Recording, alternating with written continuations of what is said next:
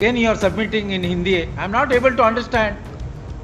तो हुजूर यही तो रोना है, हम भी अंग्रेजी नहीं समझ रहे हैं ठीक से। Oh, good. Why don't you try test my order before the LPA bench? Your case is already over. I have called the next case. नहीं तो बिना सुने हुए हुजूर आगे बढ़ने का नियम नहीं है।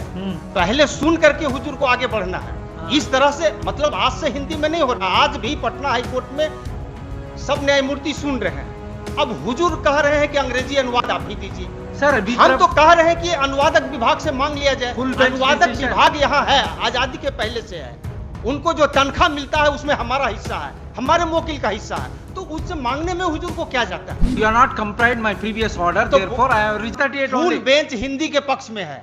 सब लोग फुल बेंच पढ़ रहे हैं, सब लोग हिंदी सुन रहे हैं। Give the book. हाँ, तो इसी पर तो अब देखा जाएगा ना, एक एनेक्सर जो हम लगाए हैं डीबी का, ये हमसे नहीं लेना है। अगर हम ही को देना पड़ेगा तो हम हिंदी में काहे के लिए फाइल करेंगे? ठीक है तब सर। तो हम फाइल ही नहीं करेंगे। Mr. Please, why don't you try test my order before the LPA bench? Your case is already over. I have called the next case. नहीं तो बिना सुने हुए हुजूर आगे बढ़ने का नियम नहीं है। पहले सुन करके हुजूर को आगे बढ़ना है। इस तरह से मतलब आज से हिंदी में नहीं हो रहा। आज भी पटना हाई कोर्ट में सब न्यायमूर्ति सुन रहे हैं। अब हुजूर कह रहे हैं कि अंग्रेजी अनुवाद आप ही दीजिए। सर हम तो कह रहे हैं कि अनुवादक विभाग से मांग लिया जाए। Full bench अनुवादक decision. विभाग यहाँ है, आजादी के पहले से है। उनको जो तनख्वाह मिलता है उसमें हमारा हिस्सा है, हमारे वकील का हिस्सा है, तो उससे मांगने में हुजूर को क्या जाता है। ये तो न्याय संगत बात हम बोल रहे हैं। हम अंग्रेजी नहीं जानते हैं, हमसे अंग्रेजी अनुवाद हुजूर मांग रहे हैं। तो वो एक डिवीजन बेंच का हम ऑर्डर दिखा रहे हैं, उसको विचार में लेकर के हुजूर आदेश पारित कर दिया जाए। वो हम लगाए हुए हैं एनेक्सर में।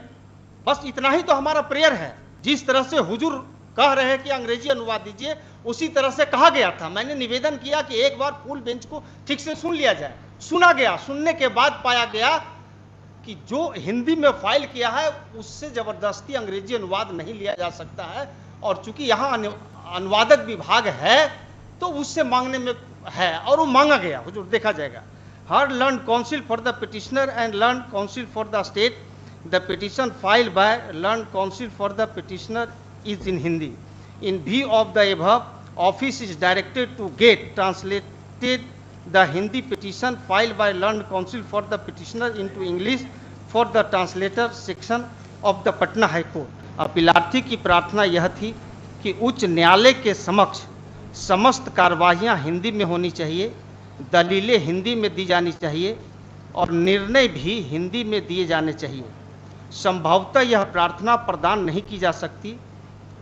किसी व्यक्ति के लिए यह कदापि वर्जित नहीं है कि वह हिंदी में आवेदन फाइल न करे, और न ही किसी व्यक्ति के लिए इस प्रकार का कोई वर्जन है कि वह हिंदी में दलीलें न दे सके।